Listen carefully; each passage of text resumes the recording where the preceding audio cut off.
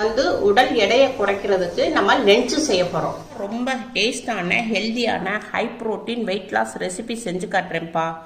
டயட்ல இருக்கிறவங்க மதியம் இப்படி ரைஸ் பண்ணி சாப்பிட்டீங்கன்னா வெயிட் லாஸுக்கு ரொம்ப ஹெல்ப் பண்ணுப்பா. வாங்க எப்படி செய்யலான்னு பார்ப்போம். இது நம்ம நார்மலாக சாப்பிட்ற ஒயிட் ரைஸ் கிடையாது. இது வந்து வெயிட் லாஸ்க்காண்டி நம்ம ப்ரௌன் ரைஸ் எடுத்துருக்கோம். இது வந்து ப்ரௌன் ரைஸு. இப்போ வந்து நம்மளுக்கு வெயிட் லாஸ்க்கு ரொம்ப ஹெல்ப் பண்ணும். ஒரு கப் எடுத்திருக்கேன். இதை உள்ள மாற்றிக்கிடுவோம். இது வந்து ஒரு 45 நிமிஷத்துக்கு தண்ணி ஊற்றி ஊற விடுவோம். இப்போப்பா கேஸ் ஆன் பண்ணியிருக்கோம். ஒரு கடாய் வச்சுருக்கோம். கடாய் கொஞ்சம் சூடாகட்டும். இப்போ 2 ஸ்பூன் நெய் விட்டுக்குருவோம். 2 ஸ்பூன் நெய் விட்டாச்சு. கொஞ்சோண்டு சீரகம் போட்டுக்குருவோம். ஒரு பட்டை போட்டுக்குருவோம். ஒரு ஸ்டார் பூ போட்டுக்குருவோம். இது ஜாவித்திரிப்பா. பட்டை கிராம்புக்கு கடையில் எல்லா கடையிலையும் கிடைக்கும் ஜாவித்திரி. இது ஒன்று போட்டுக்குருவோம். 3 ஏலக்காய் 3 கிராம்பு. இப்போ லைட்டாக இதை கொஞ்சம் வதக்கிக்கிடுவோம். சீரகம் கொஞ்சம் புரிஞ்சிருச்சுப்பா. பட்டை கிராம்பு புரிஞ்சிருச்சு. இப்போ மீடியமான ஒரு வெங்காயம்ப்பா கட் பண்ணி வச்சுருக்கேன். இதையும் போட்டுக்குருவோம். இதை நல்லா வதக்கிக்கிடுவோம். இப்போ நம்ம 2 நிமிஷம் நல்லா வெங்காயத்தை வதக்கியிருக்கோம். வெங்காயத்தினுடைய கலர் மாறிடுச்சு. நான் வந்து இந்த அளவுக்கு இஞ்சி எடுத்திருக்கேன், 1 இன்ச்சு அளவுக்கு. இப்போ அதிலே வந்து உங்களுக்கு வெள்ளைப்பூடு வந்து இதில் வந்து 6 வெள்ளை பூண்டு உரிச்சிருக்கேன். இந்த மாதிரி இதில் உரித்து நான் உங்களுக்கு பேஸ்ட் ஆக்கியிருக்கேன். இஞ்சியும் பூண்டும் இதையும் நம்ம வதக்கிக்கிடுவோம். பச்சை வாடை போகிற அளவுக்கு நம்ம வதக்கிக்கிடுவோம். இப்போ இஞ்சி பூண்டுடைய பச்சை வாடை போயிடுச்சு, நல்லா வதங்கிடுச்சு. நான் ஒரு உருளைக்கிழங்க தோல் சீவி வச்சுருக்கேன். ஒரு உருளைக்கிழங்க 8 துண்டா போட்டிருக்கேன். இதையும் இதில் போட்டுக்கிடுவோம். இதை வதக்கிக்கிடுவோம்ப்பா. 1 டீஸ்பூன் அளவுக்கு மிளகாப்பொடி போட்டுக்கிடுவோம். இது வந்து கரம் மசாலாப்பா, வீட்டிலே அரைச்சது. பட்டை கிராம்பு ஏலக்காய் எல்லாம் சமமாக எடுத்து நான் அரைச்சி வச்சுருக்கேன். உங்களுக்கு 1/2 ஸ்பூனு கரம் மசாலா போட்டுக்கிடுவோம். இப்போ இதை ஒரு வதக்கிடுவோம். மீடியமான தக்காளி 2 தக்காளி எடுத்திருக்கேன். இதை இதில் போட்டுக்கிடுவோம். தக்காளியும் நல்லா எல்லாத்தையும் சேர்த்து ஒரு வதக்கிக்கிடுவோம். இப்போ உருளைக்கிழங்கு கரம் மசாலா எல்லாத்தையும் வதக்கியாச்சுப்பா. இப்போ நான் ஒரு கப்பு பீன்ஸ் எடுத்திருக்கேன். இதை இதில் போட்டுக்கிடுவோம். கொஞ்சம் நீளமாக நறுக்கி வச்சுருக்கேன். 1 கப்பு பச்சை பட்டாணிப்பா. இதை இதில் போட்டுக்கிடுவோம்.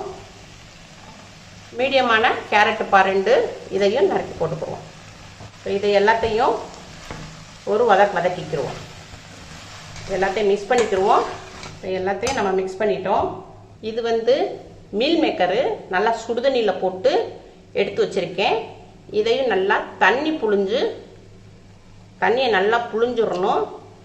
புழிஞ்சிட்டு போடணும். மீல் மேக்கரில் வந்து அதிகமாக ப்ரோட்டீன் இருக்குது. இப்போ எல்லா காயும் நம்ம போட்டிருக்கோம். அதில் நம்ம எக்ஸ்ட்ரா வந்து நம்ம வந்து மீல் மேக்கர் சேர்த்துருக்கோம். மீல் மேக்கர் எதுக்கு சேர்த்துருக்கோம்னா ப்ரோட்டீன் அதிகமாக இருக்குது, அதனால் மீல் மேக்கர் சேர்த்துருக்கோம். மீல் மேக்கர் இல்லைனாக்க நீங்கள் பன்னீர் போட்டுக்கோங்க. பன்னீர்லேயும் உங்களுக்கு ப்ரோட்டீன் இருக்குது. மீல் மேக்கரை நல்லா தண்ணியை பிழிஞ்சு போட்டாச்சு. இப்போ இதை எல்லாத்தையுமே கலந்துக்குருவோம், மிக்ஸ் பண்ணிக்கிடுவோம். இப்போ எல்லாத்தையும் நம்ம ஒரு 5 நிமிஷத்துக்கு நல்லா வதக்கியிருக்கோம். இப்போ தேவையான அளவுக்கு உப்பு போட்டுக்கிடுவோம்ப்பா. இது பிங்க் சால்ட்டுப்பா, வெயிட் லாஸ்க்காண்டி ரொம்ப யூஸ்ஃபுல்லாக இருக்கும். இதையும் மிக்ஸ் பண்ணிக்கிடுவோம். உப்பையும் 4 பச்சை மிளகாய் இதை 2ஆக கட் பண்ணி போட்டுக்கிடுவோம். இப்போ நம்ம பச்சை மிளகாய் நறுக்கி போட்டாச்சு. கொத்தமல்லி இலை ஒரு பிடிக்கு நல்லா வாஷ் பண்ணி வச்சுருக்கேன். இப்போ இதையும் நறுக்கி போட்டுக்கிடுவோம். புதினா இருந்தால் புதினாவும் போட்டுக்கணும்ப்பா கொஞ்சம். இப்போ என்கிட்ட வந்து புதினா இல்லை. இப்போப்பா ஒரு அரை எலுமிச்சம்பழம் இதையும் நம்ம சாறு எடுத்து ஊற்றிக்கிடுவோம். கொட்டை இருக்கும், அதனால நான் இப்படி நிறுத்து ஊற்றுறேன். இப்போ இதை எல்லாத்தையும் மிக்ஸ் பண்ணிக்கிடுவோம். இப்போ எல்லாத்தையும் இதை மிக்ஸ் பண்ணியாச்சு. இப்போ அவ்வளோதான்ப்பா. எல்லாம் மசாலா எல்லாம் நம்ம போட்டாச்சு. இப்போ வந்து இது வந்து எனக்கு வந்து சின்ன குக்கராக இருக்குப்பா. அளவு வந்து இப்போ காய்க்கே இவ்வளவு ஃபுல்லாக வந்துருச்சு. இப்போ இதில் வந்து நம்ம ரைஸ் போட்டோம்னா நம்மளுக்கு வந்து பத்தாது. நான் 4 பேர் சாப்பிட்ற அளவுக்கு செஞ்சுருக்கேன். இப்போ வந்து நான் குக்கர் மாற்றிக்கிறேன். இப்போ நம்ம குக்கரை மாற்றியாச்சு. இப்போ இந்த கப்பில் தான் நம்ம ப்ரௌன் ரைஸ் எடுத்திருந்தோம். இப்போ இந்த அதே கப்பில் நம்ம 1 கப்பு ரைஸ்க்கு 2 கப்பு தண்ணி ஊற்றணும்.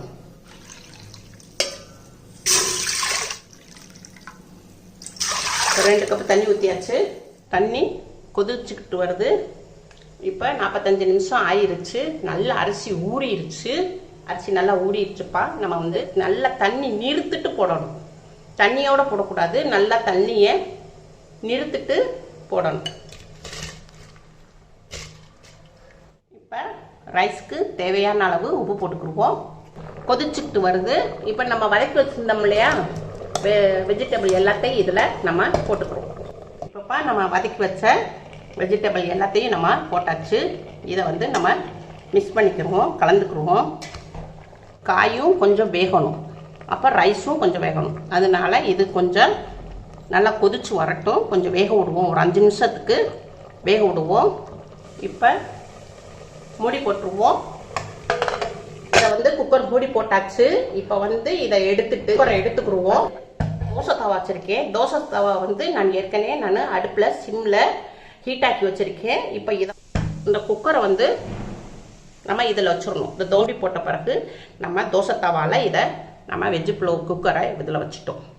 இப்படி வச்சோம்னா நமக்கு வந்து அடி பிடிக்காது. அடி பிடிக்காமல் நம்மளுக்கு தோசை தவாவுடைய ஹீட்லேயே நம்மளுக்கு தம் ஆயிரும்.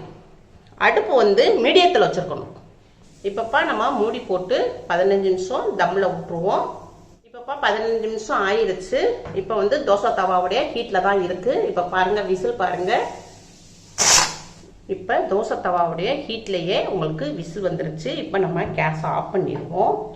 இப்போ இதை வந்து தனியாக எடுத்துக்குருவோம். தனியாக எடுத்து வச்சுக்கிடுவோம். ஏன்னா தோசை தவாலே ரொம்ப ஹீட் ஆச்சுன்னா கீழே வந்து அடி பிடிச்சிரும். விசில் நல்லா அடங்கட்டும். அடங்கின பிறகு உங்களுக்கு ஓப்பன் பண்ணி காட்டுறேன். விசில் நல்லா தம் ஆயிடுச்சு. இப்போ இதை உங்களுக்கு ஓப்பன் பண்ணி காட்டுறேன். பாருங்கள், நல்லா சூப்பராக வந்திருக்கு. இப்போ இதை எல்லாத்தையும் அப்படியே மிக்ஸ் பண்ணிக்கிடுவோம்.